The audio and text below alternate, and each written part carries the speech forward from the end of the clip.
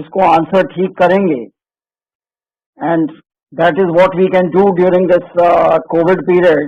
We will give additionally a certificate of appreciation. So friends, be watchful about the quiz questions. सिर्फ 2 questions हैं और answers आने चाहिए by Sunday 17th evening तक. तो test of partnership के ऊपर बात करें. सबसे पहले definition as per section 4 of the Partnership Act 1932. Partnership is the relation between persons who have agreed to share the profits important, of a business carried on by all or any of them acting for all. तो ये partnership act में इसकी definition दी गई. इसी के base के ऊपर क्या कोई एक्टिविटी बिजनेस है या नहीं है, वो डिपेंड करता है. तो क्या टेस्ट होंगे? Test should be at least 2 persons. Partnership के लिए 2 आदमियों का मिनिमम होना बहुत जरूरी है. पर कंपनीज एक्ट ने यहां पर रिस्ट्रिक्शन लगा दी कि मैक्सिमम नंबर ऑफ पार्टनर्स एक फर्म में 50 हो सकते हैं. हालांकि एक्ट कहता है 100, और साथ के साथ गवर्नमेंट को पावर है कि वो स्पेसिफाई कर सकती है. तो गवर्नमेंट ने स्पेसिफाई किया कि a firm cannot have more than 50 partners. Agreement होना चाहिए among the partners. एग्रीमेंट जो है it may be oral or in writing, but writing में हो it's always beneficial because काफी सारे disputes इसी से resolve हो जाते हैं. और एग्रीमेंट होना चाहिए to share the profits of a business. Profits. And business may be carried on by all or any of them acting for all. So profit business कैसे बनेगा और उसी के हिसाब से पार्टनरशिप. So इसके लिए मेरे पास 2 क्वेश्चंस हैं. एक question, Ankur and Burman had spare amount with which they purchased a house and later sold at a profit. They again purchased another house but could not sell it during the year itself. तो इसका मतलब कि साल में वो अकेली transaction हुई, purchase की और सेल की, उसके अलावा एक purchase. So question is, are Ankur and Barman into business? Answer is yes, they are into business. क्योंकि उन्होंने जब प्रॉपर्टी परचेज की, हाउस परचेज किया, तो सोल पर्पस उनका था कि उसको हमें प्रॉफिट पे बेचना है. Intention was to earn profit. और ये स्ट्रेंथन हो जाता है फर्दर जब उन्होंने एक और घर खरीदा उसके बेचने के बाद. तो it is a business. So Ankur and Barman are into business. क्योंकि एक पिछले साल या उससे पिछले साल एक क्वेश्चन भी आया था एग्जामिनेशन में इसको लेके, whether it is a business और it is not a business. Second question है, Shaman and Daman purchase a 2-storied house, each to occupy a floor. After 2 years, they decided to sell the house and buy 2 independent houses for living. Are Chaman and Daman into business? तो दोस्तों यहाँ पर चमन और दमन business में नहीं है, क्योंकि उन्होंने घर खरीदा पहले रहने के लिए, बाद में उसको बेच के उन्होंने एक इंडिपेंडेंट हाउस लेने का विचार किया. सो it is not a business, it is a investment. A question, what is the provisions of Indian Partnership Act applicable in the absence of partnership deed? सबसे पहले, a partner cannot be admitted unless all the partners agree. अगर partnership deed silent है on admission of a partner, तो नया partner तभी admit होगा जब सारे के सारे पार्टनर्स उसको पार्टनर बनाने के लिए एग्री कर जाएं. Interest is allowed on loan by a partner at the rate of 6% per annum. Interest is not charge on loan by the firm to the partner. इसको हम थोड़ा आगे आके डिस्कस करेंगे वाई. इसके ऊपर क्वेश्चन भी मेरे पास आया हुआ है. रेम्यूनरेशन दैट इज सैलरीज और commission is not allowed to partners. अगर पार्टनरशिप डीड साइलेंट है तो एक्ट कहता है it should not be allowed. Similarly interest is not allowed on partners capitals and interest is also not charge on drawings by the partner. तो ये provisions हैं जो partnership deed ना होने पर, और या फिर अगर है और उसमें ये क्लॉज नहीं है, तो ये प्रोविजंस पार्टनरशिप एक्ट की अप्लाई होंगी. अब एक क्वेश्चन मेरे पास आया प्रवीण जी से, very interesting question. Indian contract act 1872 prescribes that minor is not competent to contract, means minor can't be admitted as a partner. On the other hand, section 30 of the Partnership Act 1932 prescribes that a minor can be admitted for the benefits in a partnership. उन्होंने कहा please explain this anomaly. तो दोस्तों section 30 में कहा गया a minor may be admitted as a partner but with the consent of all the partners for the time being. मतलब उस समय जो पार्टनर्स हैं उनके सारे पार्टनर्स की कंसेंट चाहिए to make him a partner. He may be admitted only for the benefit, not for the losses. अब इंडियन कॉन्ट्रैक्ट एक्ट क्या कहता है? प्रवीण जी बड़ा थोड़ा ध्यान से सुनिएगा. इंडियन कॉन्ट्रैक्ट एक्ट सेक्शन 1 में एक सेविंग क्लॉज है. वो कहता है nothing here in content shall affect the provisions of any statute, act or regulation not hereby expressly repealed. अगर एक माइनर को बेनिफिट्स के लिए पार्टनर नहीं बनने देना था तो इंडियन कॉन्ट्रैक्ट एक्ट में स्पेसिफिकली वो क्लॉज होना चाहिए था, जो उसमें नहीं है. इसलिए a minor can become a partner only for the benefits. अब उसके अलावा प्रॉफिट्स और losses are to be shared equally. बड़ी एक अभी भी हमारे दोस्तों में कुछ कंफ्यूजन है कि what is charge against profit and what is appropriation of profit. तो दोस्तों चार्ज अगेंस्ट प्रॉफिट वो है जो एक्सपेंस हमने अगर इनकर किया है, चाहे करना है, चाहे प्रॉफिट है या लॉस है, पर वो फर्म को बेयर करना ही करना, वो एक चार्ज है. That means it is to be shown in the debit of profit and loss account. और इसके अलावा कुछ क्वेश्चन आए मैनेजर्स कमीशन को लेके. चार्ज अगेंस्ट प्रॉफिट के एग्जाम्पल्स है rent, electricity expenses, depreciation, amortisation, salary to employees, managers commission. अब कुछ क्वेश्चन आए कि क्या मैनेजर्स कमीशन चार्ज है या एप्रोप्रिएशन है. तो फ्रेंड इसका जो टेस्ट है वो ये है कि whether what is the nature of the expense. Manager की कमीशन है वो तो देनी ही देनी है बिकॉज ही इज एम्प्लॉय, और अगर देनी ही देनी है it becomes a charge. That means it is to be shown in the debit of profit and loss account. इसका काउंटर आर्ग्यूमेंट जो मिलता है वो ये है कि अगर मैनेजर की commission it is to be paid as a percentage of net profit or maybe sales. अगर नेट प्रॉफिट का परसेंटेज है तो it should be shown in the appropriation account. No,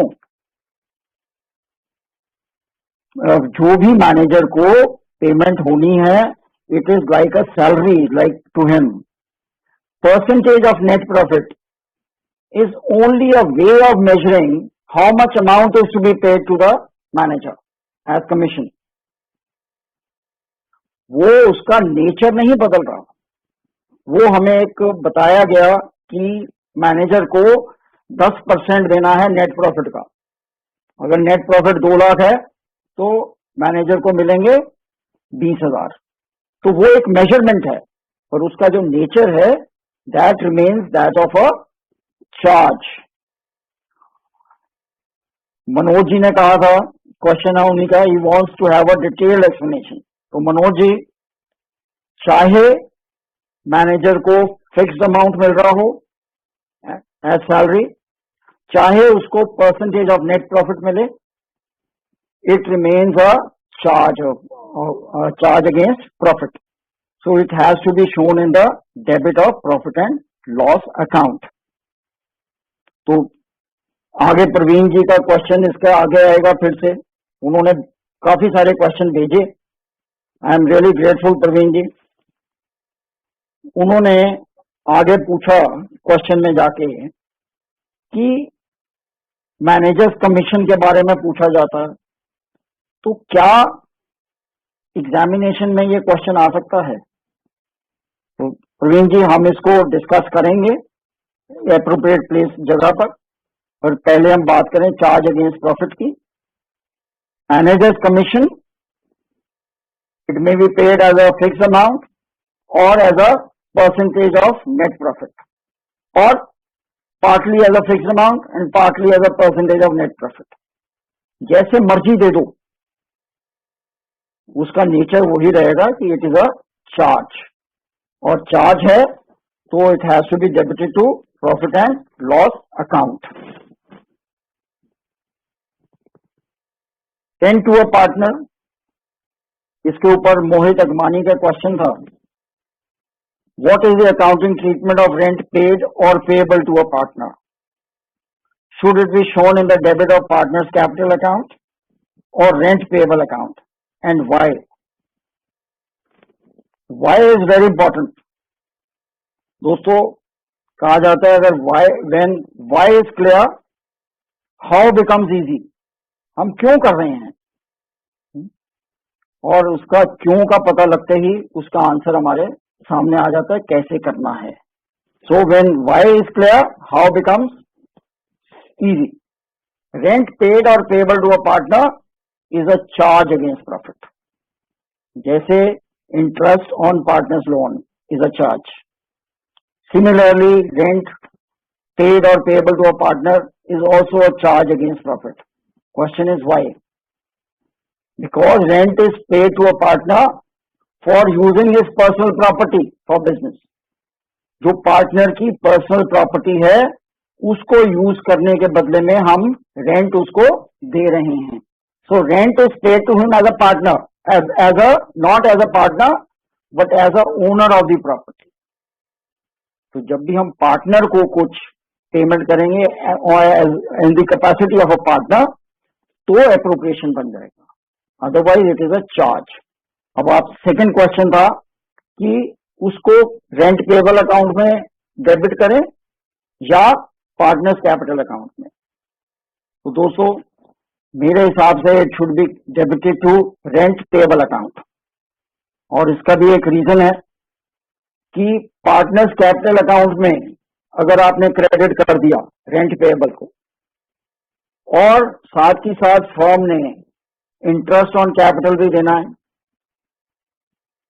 तो इसका मतलब जो नेक्स्ट ईयर की ओपनिंग कैपिटल होगी वो ज्यादा होगी, जबकि रेंट पेएबल हमारी एक करंट लायबिलिटी है which is the expense of the firm. So it should not be credited to partners capital account, but should be credited to rent payable account. और जब पे कर दिया rent, rent payable account debit होना चाहिए। फिर question है interest on loan by the partner to the firm. इसके ऊपर प्रोविजन हम सबको पता ही है, इट इज अ चार्ज, और रेट ऑफ इंटरेस्ट जो है अगर ना दिया हो या ना एग्रीड हो तो पार्टनरशिप एक्ट से पे interest at the rate of 6% per annum. दोस्तों, पर एनम को मत भूलिएगा। आमतौर पर बच्चों को भी हम जब भी पूछें क्वेश्चन तो कहते हैं 6%, तो हमें उनको भी आदत डालनी है कि नहीं, आप कहें 6% पर एनम। 6% पर एनम के ऊपर मैं क्यों जोर दे रहा हूं? एक तो पार्टनरशिप एक्ट में तो ये लिखा ही हुआ है कि अगर if it is a loan by the partner to the firm, whether there is a agreement और if there is no agreement as to rate of interest, pay interest at the rate of 6% per annum. Otherwise also interest जो है वो time period से ही relate करता है। Interest on capital, interest on drawings, तो वहां पर हम आमतौर पर कहते हैं अगर पर एनम वर्ड ना लिखा हो तो आप टाइम पीरियड को इग्नोर कर दो। तो दोस्तों, इस बार टेक्स्ट बुक में हर क्वेश्चन में इंटरेस्ट रेट के साथ साथ पर एनम वर्ड जोड़ दिया गया, विद द सोल रीजन कि इंटरेस्ट जो भी होता है, जब भी दिया जाता है या लिया जाता है, it always keeps time period in mind. समय को देख के लिया जाता है, कितने टाइम के लिए था। तो ये एक चेंज आया है इस साल से बुक के अंदर, और पर एनम वर्ड हर जगह परसेंटेज के साथ में जोड़ दिया गया। सो अब वो जो कॉन्सेप्ट था कि अगर पर एनम वर्ड नहीं दिया हुआ तो टाइम पीरियड को इग्नोर कर दो, वो खत्म हो गया। So in every question, friends, you will find that the word per annum is there along with the rate of interest. अगर rate of interest agreed हो या पार्टनरशिप डीड में लिखा हो तो हमें वो देना है, अदरवाइज हम देंगे 6% पर एनम। और क्यों? Again why? क्योंकि पार्टनरशिप डीड साइलेंट है, तो पार्टनरशिप एक्ट की प्रोविजंस अप्लाई होंगी, which says pay interest at the rate of 6% per annum. तो journal entry, interest paid account debit to bank if the interest is paid, to interest payable if the interest is not paid. यहां भी हम question आया हुआ है मोहित जी का यहां पर कि हम पार्टनर के कैपिटल अकाउंट को क्यों क्रेडिट नहीं करेंगे with the interest yet to be paid. तो फ्रेंड्स, रीजन वही है जो रेंट के केस में, अगर उनको इंटरेस्ट जो पे करना था पार्टनर को, उसको हमने क्रेडिट कर दिया उसके कैपिटल अकाउंट में, और इंटरेस्ट भी पे करना on capital, it means we are going to pay interest on interest. Interest payable हमारी करंट लायबिलिटी है। So that is the reason कि इसको हम इंटरेस्ट पेबल अकाउंट में क्रेडिट करें और हम उसको शो करेंगे एज अ करंट लायबिलिटी। फिर interest on loan by the firm,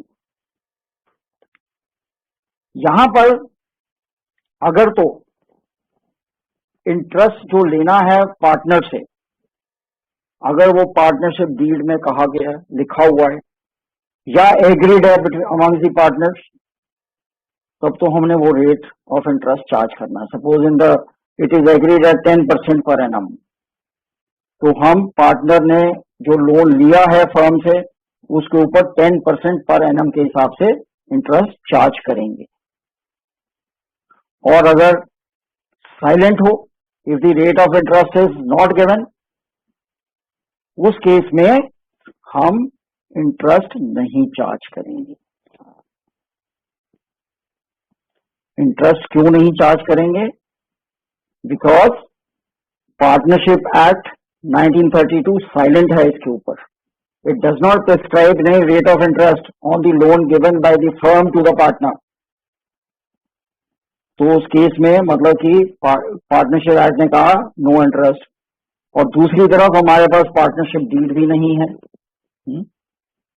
तो इस केस में हम इंटरेस्ट नहीं चार्ज करेंगे। एक क्वेश्चन है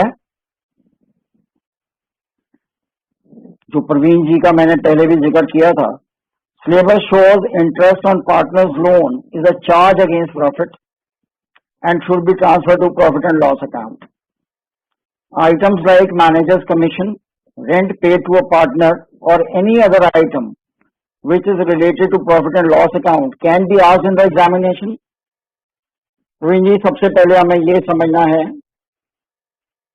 कि हमारा सिलेबस क्या कहता है। हमारा सिलेबस कहता है preparation of profit and loss appropriation account. वो ये नहीं कहता preparation of profit and loss account. तो जब भी हमें क्वेश्चन आएगा ऑन वो यही आएगा, prepare profit and loss appropriation account.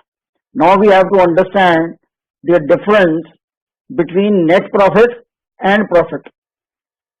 Net profit means जितने भी खर्चे होने थे, चाहे वो मैनेजर्स कमीशन था, चाहे रेंट टू द पार्टनर था, वो सारे कंसीडर करने के बाद, वो सारे के सारे डेबिट करने के बाद इन the profit and loss account हमारे पास नेट प्रॉफिट आया। आप कभी भी क्वेश्चन देखेंगे पास्ट के, उसमें ऐसा वर्डिंग्स है, profit before managers commission was so much.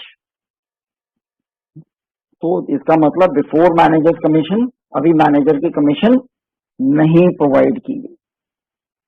तो अगर क्वेश्चन ये भी पूछा जा सकता है कि profit before managers commission, before rent to the partner, before loan on interest interest on loan by the partner was so much.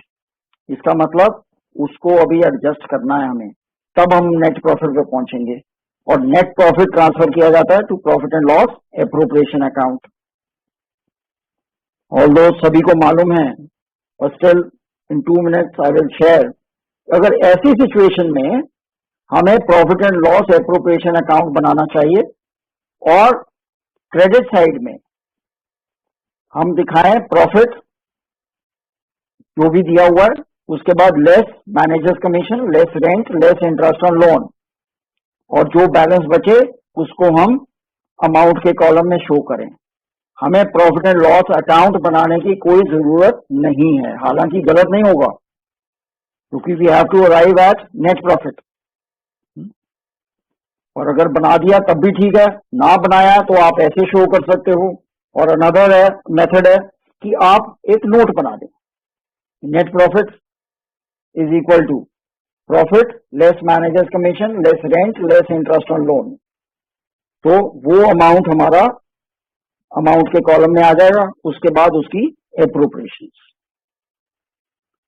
Charanjit जी ने क्वेश्चन पूछा, why interest is not charge on loan given by the firm to the partner if partnership deed does not exist. ये हमने वैसे अभी discuss किया भी कि partnership act 1932 silent है ऑन दिस मैटर, कि अगर फर्म ने लोन दिया है पार्टनर को तो कितने रेट ऑफ इंटरेस्ट पे कितना इंटरेस्ट चार्ज किया जाएगा। पार्टनरशिप एक्ट साइलेंट है। तो दूसरा क्या होगा हमारे पास सोर्स, जहां से पता लगेगा कितना इंटरेस्ट चार्ज करना है, दैट इज पार्टनरशिप डीड और एग्रीमेंट अमंग द पार्टनर्स। और अगर वहां पर पार्टनरशिप डीड है नहीं या साइलेंट है ऑन दिस इशू, इसका मतलब इंटरेस्ट चार्ज नहीं कर सकते। क्वेश्चन ये पूछा गया, सेकंड पार्ट इसका, should it be transfer to the debit of partners capital account. बिल्कुल चरणजीत जी और सुनील जी का क्वेश्चन है ये। It should be debited to the partners capital account, क्योंकि उससे अमाउंट लेना है। हालांकि मेरी पर्सनल ओपिनियन है, my personal opinion, don't take it that way. हमें what CBSE has prescribed we should be following that. CBSE के एग्जामिनेशन में क्वेश्चन था, उसमें उन्होंने इसको पार्टनर्स के कैपिटल अकाउंट में डेबिट किया। सो इन दैट केस हमें इसको इंटरेस्ट रिसीवेबल अकाउंट में डेबिट नहीं करके हमें पार्टनर्स के कैपिटल अकाउंट में डेबिट करना है। जर्नल एंट्री क्या होगी इसकी, बैंक अकाउंट डेबिट अगर इंटरेस्ट मिल गया, और पार्टनर्स कैपिटल और करंट अकाउंट। अगर कैपिटल फिक्स बेसिस पर है तो current account, otherwise capital account. और 2 interest on loan to partner, और interest on loan to partner हम शो करेंगे in the profit and loss account. तो ये एक प्रवीण जी नई एडजस्टमेंट भी बन सकती है। Profit before managers commission, rent to a partner, interest on loan to a partner and interest receivable from a partner.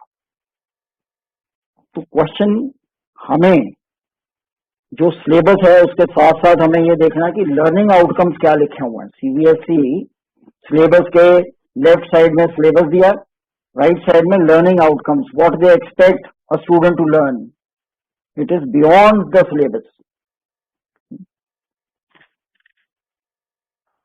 अब आया जी crucial part, profit and loss appropriation account. इसके ऊपर भी क्वेश्चन आए। देव जी का क्वेश्चन है, for distribution of profit, profit and loss appropriation account is debited. For retained profit in balance sheet, profit and loss account is used. For adjustment entries, for rectification of errors, we use profit and loss adjustment account. Broadly, all accounts are same. Then why do we use different accounts, account heads? ये question 2 जनों से आया, एक तो प्रवीण जी से और एक देव जी से। पहले मैं ये आंसर करता हूं before coming on to profit and loss appropriation account. For distribution of profit, profit and loss appropriation account is debited. Profit and loss appropriation account वो extension है profit and loss account की, it is not an independent account. और profit and loss appropriation account इसलिए बनाया जाता है to show how the profit has been appropriated. Appropriated means partners को as capital, interest on capital कितना गया, remuneration कितना गया, कितना अमाउंट ट्रांसफर हुआ रिजर्व में, और balance distributed amongst the partners in their profit sharing ratio. तो profit and loss appropriation account एक एक्सटेंशन है प्रॉफिट एंड लॉस अकाउंट का। और अगर जो डिविजिबल प्रॉफिट है, डिस्ट्रीब्यूटेबल प्रॉफिट है, उसको नहीं डिस्ट्रीब्यूट किया तो it will have to be shown in the balance sheet. अगर क्रेडिट बैलेंस है इन द लायबिलिटी साइड, और अगर डेबिट बैलेंस है इन द एसेट साइड। और क्योंकि profit and loss appropriation account एक एक्सटेंशन है प्रॉफिट एंड लॉस अकाउंट की, इसी वजह से इन बैलेंस शीट में प्रॉफिट एंड लॉस अकाउंट का बैलेंस होता है, ना कि profit and loss appropriation account का। It shows how much profit is retained, ये अभी डिस्ट्रीब्यूट हमने करना है। थर्ड क्वेश्चन उनका है, for adjustment entries for rectification of errors we use profit and loss adjustment account. Praveen ji और Dev ji, rectification of errors जो हैं वो उसका रेफरेंस यहां पर profit and loss adjustment account का भी रेफर कर रहे हैं। It is mean that we have already drawn the financial statements. हमने इन एरर्स के साथ ही कमिट करते हुए हमने प्रॉफिट डिटरमिन कर लिया, डिस्ट्रीब्यूट कर दिया सब कुछ। तो उसकी जब हमने एरर्स डिटेक्ट करके उसको रेक्टिफाई करें तो we can not debit profit and loss account, क्योंकि वो profit and loss account is for the year, और profit and loss adjustment account is to determine कि इन सब एरर्स का नेट इफेक्ट क्या आया, और उस नेट इफेक्ट को हमने रेक्टिफाई करना बाय डेबिटिंग पार्टनर्स कैपिटल और current accounts and crediting partners capital और करंट अकाउंट्स। आई होप ये क्लियर हो गया होगा। Now what is profit and loss appropriation account? It is an account prepared to appropriate net profit of the firm among partners or to the reserves as per the terms of partnership deed or as the partners agree. जो partnership deed में अगर लिखा है interest on capital देना है तभी appropriation होगा। अगर डीड में लिखा है या पार्टनर्स ने एग्री किया है कि रेम्यूनरेशन देना है तभी देना है। अगर वो नहीं हुआ लिखा हुआ पार्टनरशिप डीड में then it becomes a divisible profit. Of course interest on drawings जो है वो क्रेडिट में ऐड होगा. एप्रोप्रिएशन के बाद जो अमाउंट बचता है वो डिविजिबल प्रॉफिट है, वो हम डिस्ट्रीब्यूट करेंगे among the partners in their profit sharing ratio. पर प्रॉब्लम्स आ जाती हैं समटाइम्स जब प्रॉफिट इनएडिक्वेट हो, मतलब कि it is not adequate to meet the total appropriations. कुछ लोगों का विचार है कि इसको जो अगर इस केस में एप्रोप्रिएशन का अमाउंट ज्यादा है, प्रॉफिट का अमाउंट कम है, तो उसको कैपिटल, इंटरेस्ट ऑन कैपिटल से एंड रेम्यूनरेशन के रेशो में अलग अलग दिखाइए. It is cumbersome. और इसी चीज को ध्यान में रखते हुए इस बार टेक्स्ट बुक में ये चेंज की गई. अब आपको एप्रोप्रिएशन, टोटल एप्रोप्रिएशन देखनी है. इंटरेस्ट ऑन कैपिटल कितना है, रेम्यूनरेशन कितना है, कमीशन कितना है, उसका टोटल करें इंडिविजुअल पार्टनर्स का पहले एप्रोप्रिएशन नॉर्मल करके, and that becomes the ratio in which the profit और the divisible profit is to be distributed amongst the partners. इसका इलस्ट्रेशन भी लिया, हम इसको देखेंगे. अगर profit and loss appropriation account को देखें, एक क्वेश्चन और था, should be debit which should be distribute loss through the profit and loss appropriation account. या आपके सामने जो एक profit and loss appropriation account का एक फॉर्मेट है, आप लेफ्ट साइड में देख रहे होंगे तो प्रॉफिट एंड लॉस अकाउंट, और राइट में by profit and loss account, net loss transfer होगा, नेट प्रॉफिट. दोस्तों ये क्वेश्चन 2012 में भी आ चुका है सीबीएसई एग्जाम में, और 2018 में भी, जहां पर लॉस था और क्वेश्चन ने कहा prepare profit and loss appropriation account. हमें अपने स्टूडेंट्स को हमेशा बताना है कि आपने वो आंसर करना है जो क्वेश्चन में पूछा गया है, एंड नथिंग मोर. अगर वो कहे जर्नल एंट्रीज पास करो तो जर्नल एंट्रीज पास कर देंगे. अगर वो कहते हैं with a loss to prepare profit and loss appropriation account, तो हमें लॉस भी profit and loss appropriation account के डेबिट में ट्रांसफर करना है. उसके बाद इंटरेस्ट ऑन ड्रॉइंग है तो वो ले लो, और उसके बाद लॉस को डिस्ट्रीब्यूट कर दो. पर मेरे ख्याल से क्वेश्चन अगर आएगा एग्जामिनेशन में, क्योंकि हमारे सिलेबस में है preparation of profit and loss appropriation account, तो एग्जामिनेशन में क्वेश्चन आएगा लॉस के साथ, तो उसके साथ साथ जरूर कोई ना कोई क्रेडिट आइटम होगी, राइट, इंटरेस्ट ऑन ड्रॉइंग. तभी तो profit and loss appropriation account proper बन पाएगा. तो ये क्लियर, इसका मतलब ये हो गया कि profit and loss appropriation account बनेगा in the case of loss also and in the case of profit also. But the question must state prepare profit and loss appropriation account.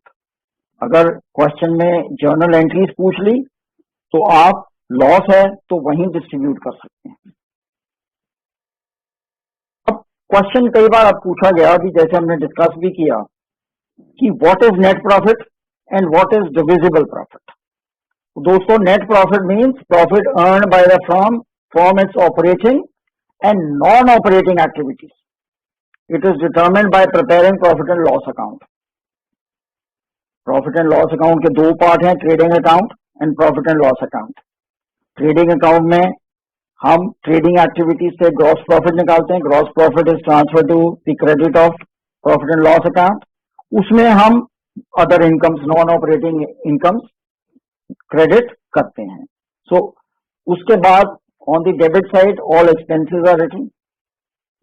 सो दोनों का जो निचोड़ होगा, नेट डिफरेंस होगा, that is net profit. And net profit is transfer to profit and loss appropriation account. Divisible profit means profit available for distribution amongst the partners after appropriations in the profit sharing ratio. मतलब कि हमने net profit transfer किया to profit and loss appropriation account, उसके बाद हमने appropriation करी और जो बैलेंस बच गया वो डिविजिबल प्रॉफिट है. In case of net profit, divisible profit is the amount of net profit plus interest on drawings less remuneration to partners, interest on capital, transfer to reserve etcetera, जो partnership deed में दिया हुआ है.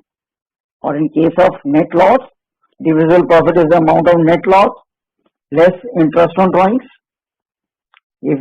and if the net amount is a credit balance, less remuneration to partners, interest on capital and transfer to reserve.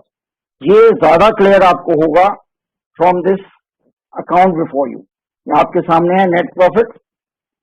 Partners capital account को हमने interest on capital से profit and loss appropriation account को debit किया, salary commission से भी debit किया, और balance जो बचा वो हमने पे किया, वो हमने डिस्ट्रीब्यूट कर दिया among the partners in their profit sharing ratio. इसका मतलब ये items interest on capital and salary commission are appropriation of profit and this is divisible profit जो हम पार्टनर्स के को प्रॉफिट शेयरिंग रेशियो में देंगे. और डिस्ट्रीब्यूशन कैसे होगा डिविजिबल प्रॉफिट का? वो उनके प्रॉफिट शेयरिंग रेशियो में पार्टनर्स के डिस्ट्रीब्यूट हो जाएगा. Profit and loss appropriation account में पहले एप्रोप्रिएशन की, बैलेंस जो बचा वो हमने डिस्ट्रीब्यूट कर दिया. What if the profit is less and the amount of appropriation is more? ये क्वेश्चन हमने अभी डिस्कस भी किया था. इसमें स्टेप्स इन्वॉल्व हैं. Determine the amount of appropriation under each head for each partner as per the partnership deed or agreement. जो उसमें एग्रीमेंट हुआ है पार्टनर्स का, या जो अमाउंट पार्टनरशिप डीड में लिखी है हर पार्टनर के लिए, वो अलग, हर पार्टनर के लिए अलग अलग से वर्कआउट करें. Total these appropriation for each partner and it is the ratio in which divisible profit is distributed. अगर एक क्वेश्चन में Amrit, Bimal and Hari are partners sharing profits and losses in the ratio of 5:3:2 with capitals of 5 lakhs each. Net profit for the year ended 31st March 2020 is rupees 2,10,000. Manager's commission yet to be allowed is 5% of the net profit after charging his commission. Drawing by each partner was 1 lakh rupees. Manager's commission, दोस्तों याद रखें, it is a charge against profit, चाहे वो net profit का percentage दिया हो. उनकी partnership deed कहती है Amrit and Bimal both will get salary of rupees 75,000 each per annum. Hari will get commission of 12.5% of net profit. Interest on capital is to be allowed at the rate of 5% per annum. And interest on drawings is to be charged at the rate of 10% per annum. Per annum word हर जगह जुड़ गया है. Prepare profit and loss appropriation account for the year ended 31st March 2020. तो friends, इसमें managers commission is a charge. जो बनेगी उसकी commission बनेगी 10,000, वो माइनस करके तो 2 लाख जो है वो नेट प्रॉफिट है which will be transfer to profit and loss appropriation account. और उसके बाद उसकी एप्रोप्रिएशन.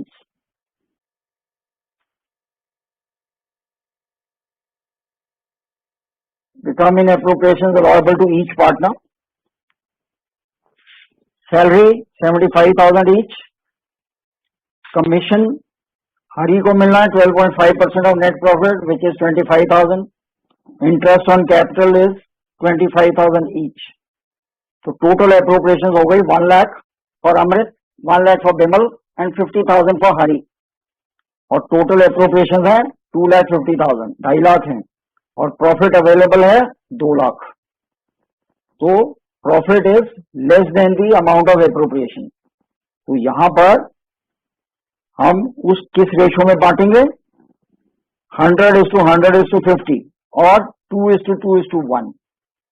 तो profit and loss appropriation account जब बनाएंगे वो बनेगा ऐसे, profit and loss appropriation, profit and loss account 2,10,000 minus 10,000, 2 lakh in the amount column.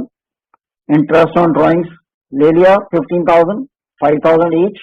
अब हमारे पास डिविजिबल जो प्रॉफिट, डिस्ट्रीब्यूटेबल प्रॉफिट है वो है 2,15,000। इसको हम डिवाइड, इसमें डिस्ट्रीब्यूट करेंगे 2:2:1। अमृत को मिलेगा 86,000 और विमल को 86,000, हरि को मिलेगा 43,000।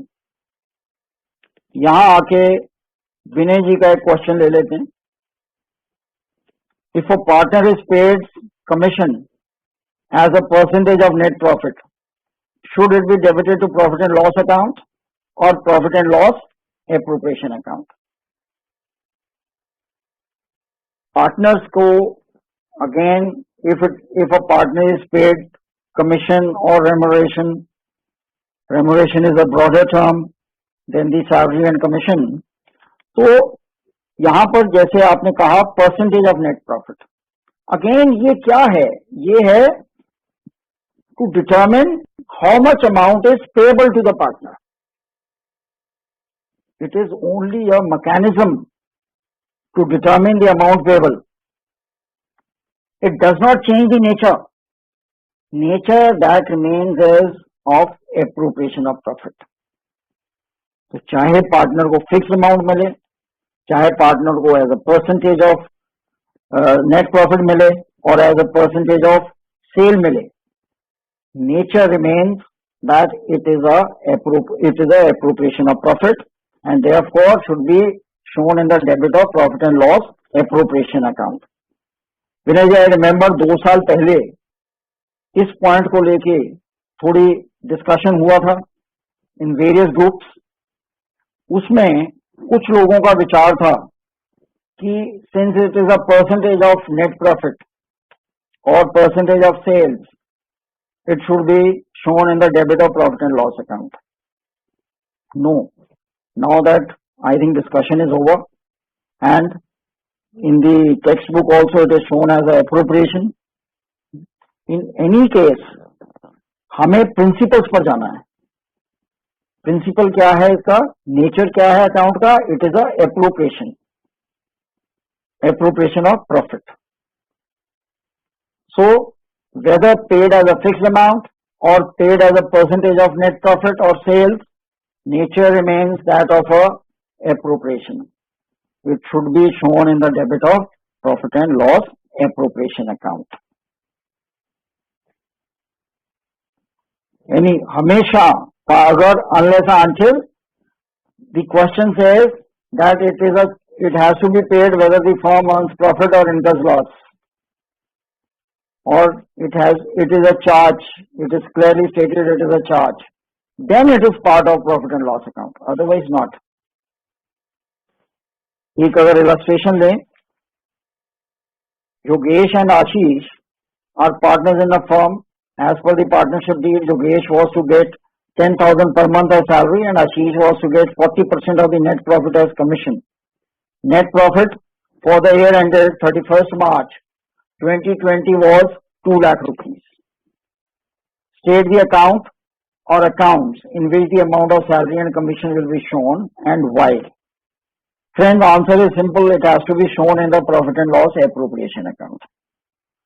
1,20,000 योगेश के और 80,000 आशीष के, ये income and profit and loss appropriation account के डेबिट में शो किया जाएगा because it is a appropriation of profit.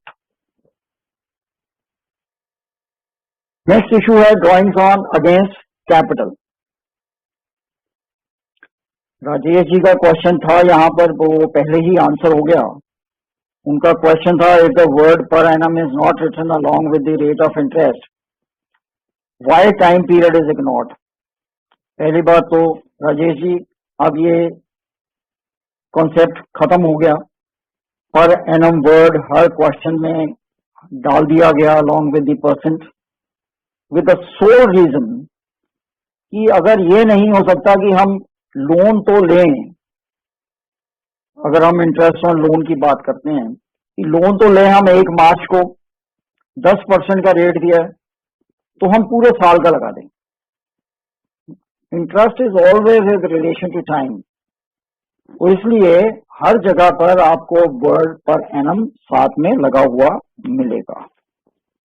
उनका सेकंड पार्ट है, it is not reasonable to charge interest for full year और लोन्स टेकन से ऑन 1 जनवरी because of words per annum is. Yes, मैं आपसे बिल्कुल सहमत हूं. आई थिंक और यही रीजन है कि टेक्स्ट बुक में ये चेंज किया गया. हर क्वेश्चन में पर एनम वर्ड ऐड किया गया along with the rate of interest. Drawings against capital, it means capital withdrawn by the partner from the firm. हम इंटरेस्ट देते हैं ऑन कैपिटल, जो उसने विड्रॉ कर लिया उस अमाउंट के ऊपर इंटरेस्ट नहीं मिलेगा. तो इंटरेस्ट कब देना है? For the period on the capital that remains invested in the business. Per annum word का मतलब यहां इफेक्ट आ गया. If the partnership deed allows interest to be paid on capital, ये भी एक कंडीशन है. पार्टनरशिप डीड साइलेंट है तो इसका मतलब कैपिटल के ऊपर इंटरेस्ट नहीं देना. And thirdly, at the rate of interest as per the partnership deed और एज इज एग्रीड. तो अगर पार्टनरशिप डीड साइलेंट है, उसमें इंटरेस्ट ऑन कैपिटल का प्रोविजन नहीं है, क्लॉज नहीं है, तो in that case also interest is not to be paid. इसका मतलब इंटरेस्ट अलाउ कब होगा? जब पार्टनरशिप डीड हो और उसमें रेट ऑफ इंटरेस्ट हो या पार्टनर्स के आपस में एग्रीमेंट हो. For the period the capital remains invested in the business. Interest is allowed और credit to partners current account if capitals are fixed, और पार्टनर्स के कैपिटल अकाउंट्स में if capitals are fluctuating. Interest on capital जैसे हमने अभी बात की, allow होगा on the capital that remains invested in the business during the year. Therefore if opening capital remains unchange during the year, interest on capital will be allowed for the full year on the opening balance. And if further capital is introduced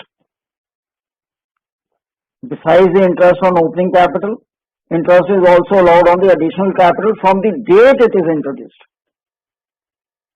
जितने time period, जितने time के लिए capital invested रही firm में, उतने period का interest मिलेगा. And if capital is withdrawn, interest is allowed on the opening capital up to the date of withdrawal, जब तक कि विड्रॉल नहीं हुआ. And on balance capital, opening capital minus capital withdrawn from the date of capital.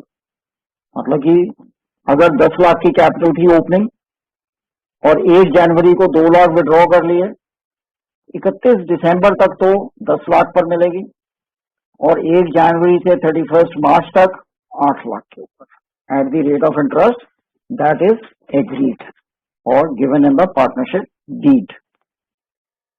एक illustration अगर देखें, Nimrat Myra had capital of 5 lakh rupees each as on 1st April 19. Nimrat introduced further capital of 1 lakh on 1st July 19. Myra withdrew 1 lakh out of her capital on 1st January 2020. Calculate interest on capitals of Nimrat and Myra if the rate of interest is 6% per annum. क्योंकि निमरत ने introduce किया 1 लाख, तो 5 लाख के ऊपर 6% पूरे साल का और 1 लाख के ऊपर 6% फॉर 9 मंथ्स, क्योंकि 1 जुलाई को है. और मायरा ने विड्रॉ किया ऑन 1 जनवरी 5 लाख के ऊपर 9 मंथ्स का और 4 लाख के ऊपर 3 मंथ्स का. Drawings against profit. Drawings against profit means withdrawal during the year against anticipated profit for the year. यहां पर आके तरुण फ्रॉम चंडीगढ़, उन्होंने क्वेश्चन पूछा, what is the reason for charging interest on drawings और ड्रॉइंग्स अगेंस्ट प्रॉफिट. और परवीन जी का एक question है इसी से रिलेटेड। इन मेनी क्वेश्चंस, इसको सेकंड पार्ट में लेते हैं, पहले तरुण का क्वेश्चन आंसर कर दें। What is the reason for charging interest on drawings और ड्राइंग्स अगेंस्ट प्रॉफिट? दोस्तों आपकी स्क्रीन पर है drawings against profit means withdrawal during the year against anticipated profit for the year. अभी हमें नहीं पता कि कितना प्रॉफिट होना है पूरे साल में, हम उसकी एस्टिमेशन में कि प्रॉफिट 31 मार्च को हमारा इतना होगा तो उसके अगेंस्ट हमने आज से ड्राइंग करनी शुरू कर दी। अब अमाउंट कब ड्यू हुआ? अमाउंट ड्यू हुआ 31 मार्च को, जब प्रॉफिट डिटरमिन हुआ और डिस्ट्रीब्यूट हुआ, तब फर्म की देनदारी है टू दी पार्टनर, उतना शेयर ऑफ प्रॉफिट। और पार्टनर ने अमाउंट पहले ही विड्रॉ कर लिया, और जब पहले विड्रॉ किया तो उसका इंटरेस्ट तो देना बनता है, क्योंकि अमाउंट तो ड्यू हुआ 31 मार्च को और विड्रॉल हो गई पहले। तो इस वजह से, क्योंकि it is against the anticipated profit, इसी वजह से इंटरेस्ट ऑन ड्राइंग्स चार्ज किया जाता है। प्रवीण जी का क्वेश्चन है, इन many questions interest on drawing is more than the interest allowed on capital. It may be better to withdraw from capital in such cases. ये तो एक कॉस्ट बेनिफिट एनालिसिस है। अगर पार्टनर्स अलाउ करते हैं कैपिटल के against withdraw करना तब एक अलग इशू है, पर drawings against capital means permanent withdrawal, whereas drawings against profit means it is temporary. आपने सिर्फ ड्यूरिंग द ईयर विड्रॉ किया, जो 31 मार्च को आपके अकाउंट में क्रेडिट भी हो जाएगा आउट ऑफ प्रॉफिट शेयर, तो वो टेम्परेरी है, जबकि withdrawal against capital is permanent. So it is individual decision कि अगेंस्ट कैपिटल करना बेटर है या against profit. In the question sometimes it is stated drawings, यहां भी कई बार कंफ्यूजन आती है कि should it be taken as drawings against profit और ड्राइंग्स अगेंस्ट कैपिटल। तो वहां जहां पर ड्राइंग ही वर्ड दिया हो, इट इज ऑलवेज सेफर और better to presume that it is drawing against profit. Interest is charge on drawings if the partnership so provides. Partnership जब हमने शुरू में देखा था कि provisions of partnership act in the absence of partnership deed, उन्होंने कहा अगर पार्टनरशिप डीड में नहीं है लिखा हुआ, interest will not be charge on the drawings. So if partnership ने प्रोवाइड किया, interest will be charge on the amount of drawing from the date of drawing up to the end of the year. And why is interest charge on drawings, ये अभी मैंने answer किया, because the partnership deed provide for charging interest and it is a drawing against anticipated profit for the year. अभी हमारे को amount due नहीं हुआ। Quickly देखें कि how interest is calculated. Fine, may be amount of drawing and date of drawing is uniform. इस case में हम इंटरेस्ट ऑन ड्राइंग कैलकुलेट करेंगे बाय एवरेज मेथड, क्योंकि दो एलिमेंट्स होने इंपॉर्टेंट है, amount of drawing and period of drawing, that should be uniform. अगर ये है तो एवरेज मेथड लगेगा। वेयर द अमाउंट एंड और period of drawing is not uniform, वहां पर हम यूज करेंगे प्रोडक्ट मेथड। और इससे पहले हम आगे बढ़ें तो अभी मैं रिसेंटली एक ग्रुप में डिस्कशन देख रहा था, कुछ हमारे कोलीग्स का व्यू था कि ड्राइंग्स को बैलेंस शीट में हम एसेट साइड पर भी दिखा सकते हैं, मतलब कि लायबिलिटी साइड में कैपिटल आ गया जिसमें प्रॉफिट शेयर भी है, और ड्राइंग्स को हम एसेट साइड में दिखाएं। आई थिंक वो डिपिक्शन या ऐसे शो करना वो करेक्ट नहीं होगा। It is should be opening capital plus capital introduced during the year minus capital withdrawn during the year, add net profit share minus drawings, वो आपकी ओपनिंग कैपिटल बन गई। और मेरा एक और मानना है दोस्तों कि जो एक एस्टैब्लिश्ड मेथड आ रहा है उसको हम हमेशा स्टूडेंट को बताएं कि फॉलो करो, क्योंकि अगर हम ड्राइंग्स को स्टूडेंट एसेट साइड में दिखा दे तो मैथमेटिकली आपकी बैलेंस शीट मिल जाएगी। Accounting is not only mathematics, it is also correct depiction, ताकि यूजर को जो भी यूज करे उस फाइनेंशियल स्टेटमेंट्स को उसको इजीली समझ आ जाए।